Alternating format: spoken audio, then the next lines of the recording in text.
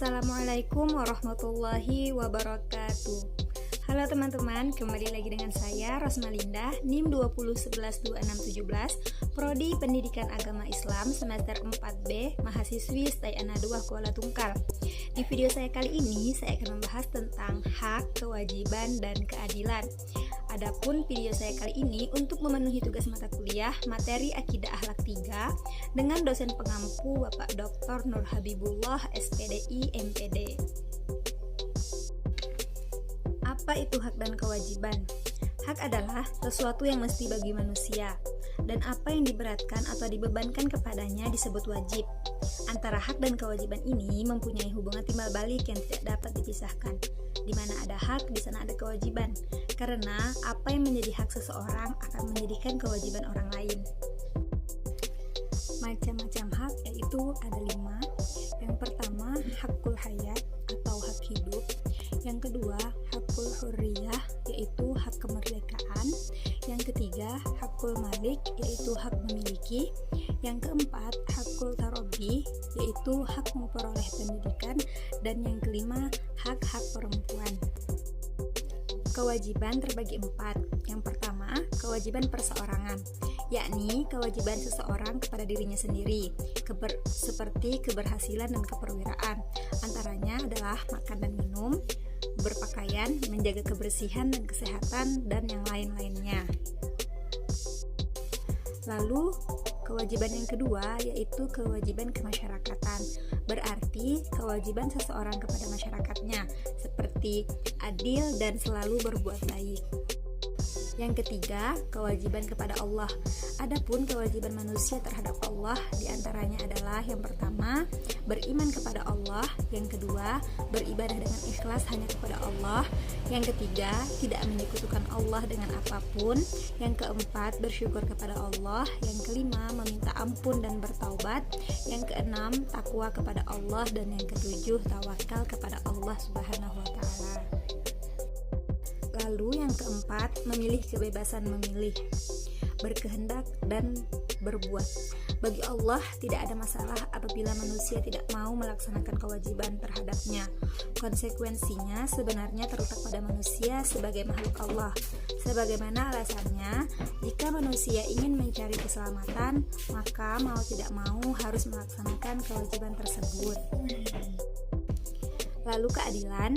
Adil dapat diartikan sebagai memberikan hak kepada yang berhak dengan tidak membeda-bedakan antara orang-orang yang berhak dan yang bertindak terhadap orang yang bersalah sesuai dengan kejahatan dan kelalaiannya tanpa mempersukar ataupun pilih kasih. Adil itu ada 2 macam, yaitu adil individu dan adil sosial. Adil individu ialah memberikan hak kepada yang mempunyai hak, karena tiap-tiap orang dalam masyarakat mempunyai hak untuk merasakan kebaikan yang didapat oleh masyarakat. Adapun adil yang kedua yaitu adil sosial, yaitu adalah masyarakat yang mempunyai peraturan undang-undang yang memudahkan tiap-tiap orang mempertinggi dirinya menurut kecakapannya masing-masing. Keadilan sosial pun pada akhirnya ditentukan oleh sikap adil dan tiap-tiap orang di masyarakat tersebut. Poin terakhir yaitu hubungan hak, kewajiban, keadilan dengan akhlak. Mengingat hubungan hak, kewajiban, dan keadilan demikian erat, maka di mana ada hak, maka ada kewajiban, dan di mana ada kewajiban tentunya ada keadilan, yaitu menerapkan dan melaksanakan hak sesuai dengan tempat, waktu, dan keadaan yang seimbang. Lalu ada pertanyaan pertama yaitu mengapa harus melaksanakan kewajiban terlebih dahulu sebelum mendapatkan hak? Jadi hak dan kewajiban merupakan 2 hal yang tidak bisa dipisahkan karena saling memengaruhi satu sama lainnya. Hak dan kewajiban dilakukan sesuai peran dan fungsi yang dimiliki. Lalu contohnya, seorang anak mempunyai hak untuk mendapatkan pendidikan, maka kewajibannya yaitu belajar dengan giat. Hal ini tentu berbeda dengan hak dan kewajiban orang tua. Oleh karena itu, pelaksanaan hak dan kewajiban ditentukan dari peran dan fungsi masing-masing orang. Pertanyaan kedua yaitu bagaimana contoh sikap adil dalam kehidupan sehari-hari? Contoh sikap adil dalam kehidupan sehari-hari seperti orang tua memberikan uang kepada anak-anaknya sesuai dengan kebutuhan masing-masing anak dengan berimbang supaya tidak ada menimbulkan sikap iri di antara anak-anak. Contoh yang kedua yaitu menolong orang yang sedang dalam bencana tanpa memandang latar belakang dan setara sosial. Dan contoh terakhir dalam lingkungan pekerjaan misalnya, para atasan memperlakukan pegawainya dengan baik dan memberikan jaminan atas hak-haknya di tempat bekerja.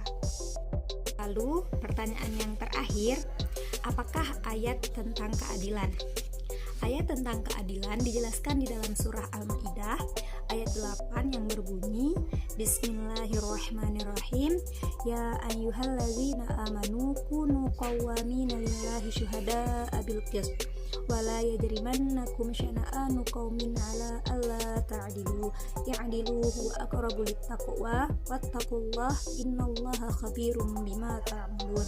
Yang mana artinya, wahai orang-orang yang beriman, jadilah kamu sebagai penegak keadilan karena Allah menjadi saksi dengan adil, dan janganlah kebencianmu terhadap sesuatu kaum mendorong kamu untuk berlaku tidak adil. Berlaku adillah karena adil itu lebih dekat kepada takwa, dan bertakwalah kepada Allah, sesungguhnya Allah Maha mengetahui terhadap apa yang kamu kerjakan. Sekian video saya kali ini, semoga bermanfaat.